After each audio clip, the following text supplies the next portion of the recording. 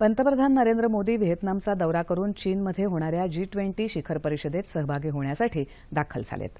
Vietnam हा भारताचा महत्त्वाचा धोरणात्मक भागीदार असून संरक्षण आणि व्यापार या क्षेत्रातले उभय देशातले संबंध अधिक दृढ करण्याच्या दृष्टीनं हा दौरा महत्त्वपूर्ण मानला जातोय। अशा खंडातल्या महत्त्वपूर्ण घडामोडींवर सविस्तर चर्चा करण्यासाठी आंतरराष्ट्रीय राजकारणाचे अभ्यासक प्राध्यापक अनिकेत भावठाणकर आज आपल्या स्टुडिओमध्ये आलेले आहेत। नमस्कार। 9:30च्या बातम्यांमध्ये आपलं स्वागत। आपण बघतोय की व्हिएतनाम आणि चीन अशा दोन महत्त्वाच्या देशांच्या दौऱ्यावर सध्या आपले पंतप्रधान आहेत आणि व्हिएतनामची तर भेट आता झाली आहे आणि उद्याच्या G20 शिखर परिषदेसाठी ते चीनलाही गेले। तर व्हिएतनाम आणि चीनच्या या दौऱ्याबद्दल तुम्ही नेमकं काय सांगाल की चीनच्या या G20 शिखर परिषदेबरोबरच व्हिएतनामचा दौरा पंतप्रधानांनी केला, त्यामागे काही कारण आहे का? निश्चितच यामागे महत्त्वाचं कारण आहे। कारण व्हिएतनामचा जर आपण विचार केला तर व्हिएतनाम हा चीनचा विरोधक म्हणून ओळखला जातो आणि दुसरी बाब अशी आहे की नुकताच जी टायमिंग आहे यांच्या दौऱ्यांची मोदींच्या ती अत्यंत महत्त्वपूर्ण आहे। कारण 12 जुलैला एक आंतरराष्ट्रीय लवादाने साऊथ चायना सी बद्दल जो डिसिजन दिलाय तो चीनच्या विरोधात गेलेला आहे। त्यामुळे चीन हा अतिशय त्रस्त आहे या सर्व प्रकरणावरून आणि त्याचवेळी या प्रकरणामध्ये व्हिएतनाम महत्त्वाचा भागीदार आहे आणि चीन आणि व्हिएतनामचे संबंध अतिशय बिकट असताना भारताने त्या ठिकाणी भेट देणं याचा एक वेगळा संदेश जातो आणि त्यामागे एक पार्श्वभूमी पण आहे। म्हणजे ही काय पहिली भेट नाही आहे। याआधी सुषमा स्वराज यांनी 2014 सप्टेंबरमध्ये भेट दिलेली, त्याशिवाय आपले राष्ट्रपती प्रणव मुखर्जी यांनी भेट दिली होती।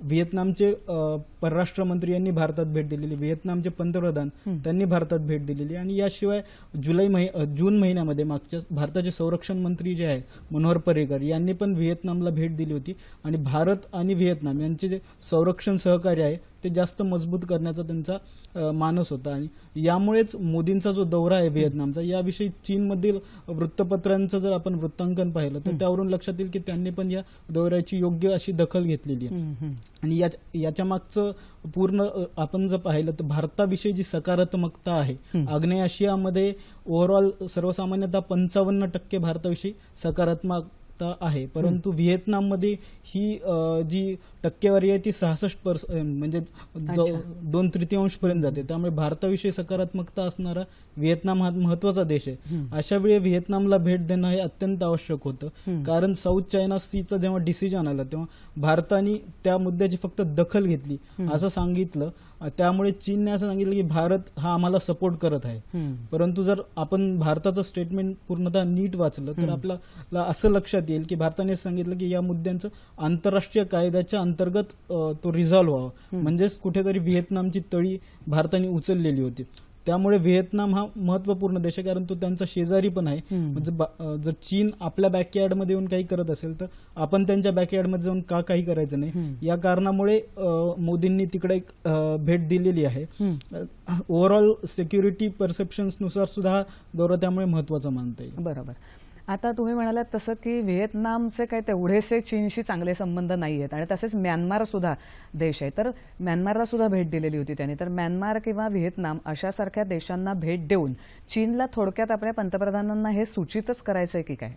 हो, निश्चितच। म्हणजे आपण जर पाहिलं तर चीनचे कोणतेही नेते जेव्हा भारतात भेट देतात तेव्हा ते पाकिस्तान किंवा मालदीव्स किंवा श्रीलंका या देशांना भेट देऊन असं सांगतात की हे देश आमच्यासोबत आहेत, तो एक वेगळा संदेश देतात। त्यामुळेच व्हिएतनामला भेट देऊन पंतप्रधानांना निश्चित संदेश द्यायचा की तुमच्याच भाषेत आम्ही उत्तर देऊ शकतो आणि ही काही पहिली वेळ नाहीये। 2009 पासून आपण ही गोष्ट केलेली आहे। म्हणजे मागच्या सरकारमध्ये पण या गोष्टी होत्या, पण या सरकारमध्ये त्याला जास्त प्राधान्य मिळालं आणि याआधी जेव्हा पंतप्रधान चीनला त्यांनी भेट दिली होती त्यावेळी त्यांनी मंगोलियाला भेट दिली होती। मंगोलिया हा चीनचा शेजारी आहे, म्हणजे चीनच्याच भाषेत आपण त्यांना उत्तर देत आहोत, हा कुठेतरी राजकीय संदेश निश्चितच यातून जातो। बरोबर।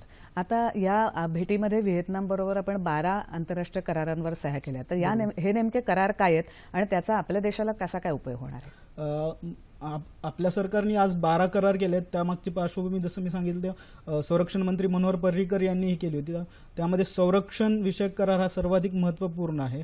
व्हिएतनाम जो आहे तो रशियन बनावटीचे शस्त्रास्त्र घेतो आणि भारताचा पण 70% शस्त्रास्त्रांचा जो पुरवठा आहे तो रशियामधून होतो। त्यामुळे व्हिएतनामचं जे मिलिटरीचं मॉडर्नायझेशन आहे त्यामध्ये कुठेतरी भारत सहकार्य करू शकेल असं मनोहर पर्रीकरांनी सूचित केलं होतं. त्याचंच पाठपुरावा मोदींच्या दौऱ्यात झालेला आहे. 2015 मध्ये आपण त्यांच्या सोबत 5 वर्षाचा करार केला होता आणि त्यावेळी $100,000 क्रेडिट ऑफ लाईन्स म्हणजे कर्ज दिलं होतं आणि त्या अंतर्गत आज त्याचा पुढचा टप्पा म्हणून जसं आपण बातमीत पण या सांगितलं की $500 दशलक्ष यावेळेस दिलेले आहेत. कारण त्यांचं जे दक्षिण चीन समुद्र आहे, ज्याला व्हिएतनाम पूर्वी समुद्र असं म्हणतात, ते दक्षिण चीन समुद्र असं म्हणत नाहीत, तिथे आपण त्यांना पाठिंबा देत आहोत. त्याशिवाय इस्रोचं तिथे एक निगराणी सेंटर आपण उभारतो आहोत, त्यामुळे आपल्याला पण ती मदत होईल आणि व्हिएतनामला पण होईल. याशिवाय सायबर सिक्युरिटी हा अत्यंत महत्वाचा मुद्दा आहे, त्या विषयावर आपण व्हिएतनामशी करार केलाय.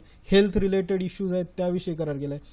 त्याशिवाय व्हिएतनाम आणि आग्नेय आशिया हे जे देश आहेत ते माहिती तंत्रज्ञान आणि इंग्रजी या बाबतीत काहीसे मागास आहेत आणि भारत या बाबतीत पुढारलेला आहे. त्यामुळे माहिती तंत्रज्ञान आणि इंग्रजीचं प्रशिक्षण या बाबतीत भारत त्यांना निश्चितच मदत करू शकेल. आणि डिफेन्स सिक्युरिटीमध्ये त्यांचे जे मिलिटरी पर्सोनेल आहेत त्यांचं पण सिक्युरिटी ट्रेनिंग वगैरे देण्याचं काम भारत या करारातून करणार आहे. त्यामुळे धोरणात्मक निर्णय जो दिलेला आहे, घेतलेला आहे, तो अत्यंत महत्त्वपूर्ण उपयोगी पडणार आहेत हे 12 करार आपल्या देशाला आपल्याला सुद्धा. बरोबर. मागच्या सरकारचं लुक ईस्ट असं एक धोरण होतं आणि आता या सरकारचं ऍक्ट ईस्ट असं धोरण आहे. तर हे नेमकं म्हणजे काय बदल झालाय त्या धोरणात? खरं पाहता लुक ईस्ट हे 1992ला तत्कालीन पंतप्रधान PV नरसिंहराव यांनी आखलेलं धोरण होतं. म्हणजे त्यामध्ये भारताच्या पूर्वोत्तर राज्यांपासून जे पूर्वेकडे राज्य आहेत, आग्नेय आशियातले देश आहेत, त्यांच्यापर्यंत पोहोचण्याचं ते धोरण होतं.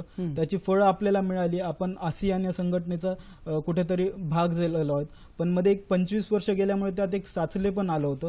मग त्यामुळे ते साचले पण कुठेतरी बरोबर आहे दूर करण्याची गरज होती. त्यामुळे आणि त्या देशांना असं वाटत होतं की भारत आश्वासनं देतोय, परंतु त्या आश्वासनांची प्रत्यक्ष अंमलबजावणी होत नाहीये. मग ती अंमलबजावणी होण्याची कुठेतरी गरज आहे आणि ते कुठेतरी दिसून यावं यासाठी लुक ईस्ट म्हणजे फक्त पूर्वेकडे पहा नव्हे तर त्याची अंमलबजावणी करा. त्यामुळे ऍक्ट ईस्ट, त्यामुळे त्याचं नाव ऍक्ट ईस्ट असं. बरोबर आहे. आता G20 शिखर परिषदेला रवाना झालेत, पोहोचलेले आहेत तिकडे चीनमध्ये. तर G20 शिखर परिषदेचं आता महत्व तुम्ही कसं सांगाल आपल्या देशाच्या दृष्टीने? G20 परिषद जी आहे ती अत्यंत महत्वाची, कारण भारत मोदी हे नेहमीच सांगत आलेले आहेत की जागतिक स्तरावर एक लीडिंग पॉवर म्हणून भारताला स्थान मिळालं पाहिजे. तर G20 ही त्यासाठी महत्वपूर्ण जागतिक व्यासपीठ आहे, कारण याआधी फक्त G8 किंवा G7 या देशांचं परिषद व्हायची, पण आता G20 म्हणजे डेव्हलप्ड आणि डेव्हलपिंग अशा सर्व देशांची मिळून ती कॉन्फरन्स होते. अशा कॉन्फरन्समध्ये भारताचा आवाज कुठेतरी प्रतिनिधित्व हवं यासाठी G20 कॉन्फरन्स महत्वाची आहे. आणि यामध्ये भारत आणि चीन हे दोन महत्वपूर्ण देश तिथे असणारच आहेत. चीनसाठी ही महत्वपूर्ण परिषद आहे, कारण चीनला असं वाटतंय की त्यांचा जो आर्थिक एजंडा आहे, त्यांचा सध्या इकॉनॉमीला थोडी उतरती कळा लागली आहे, परंतु त्यांच्या इकॉनॉमीचा अवाढव्य आकार पाहता त्यांचा विकासाचा जो दर आहे तो अत्यंत म्हणजे कमी जरी असला तरी तो महत्वपूर्ण आहे आणि त्यामुळे त्यांना काही फारसा फरक नाही पडणार. त्यामुळे त्यांच्या जो आर्थिक एजेंड्याला ते जागतिक मान्यता मिळवण्यासाठी G20 परिषद त्यांच्यासाठी महत्वपूर्ण आहे आणि आपल्यालाही ती महत्वपूर्ण आहे. आपल्याला यासाठी आहे की या परिषदेमध्ये ब्लॅक मनी हा जो म्हणजे डोमेस्टिक आपल्या इलेक्शन्समध्ये पण महत्वाचा मुद्दा तो झालेला होता.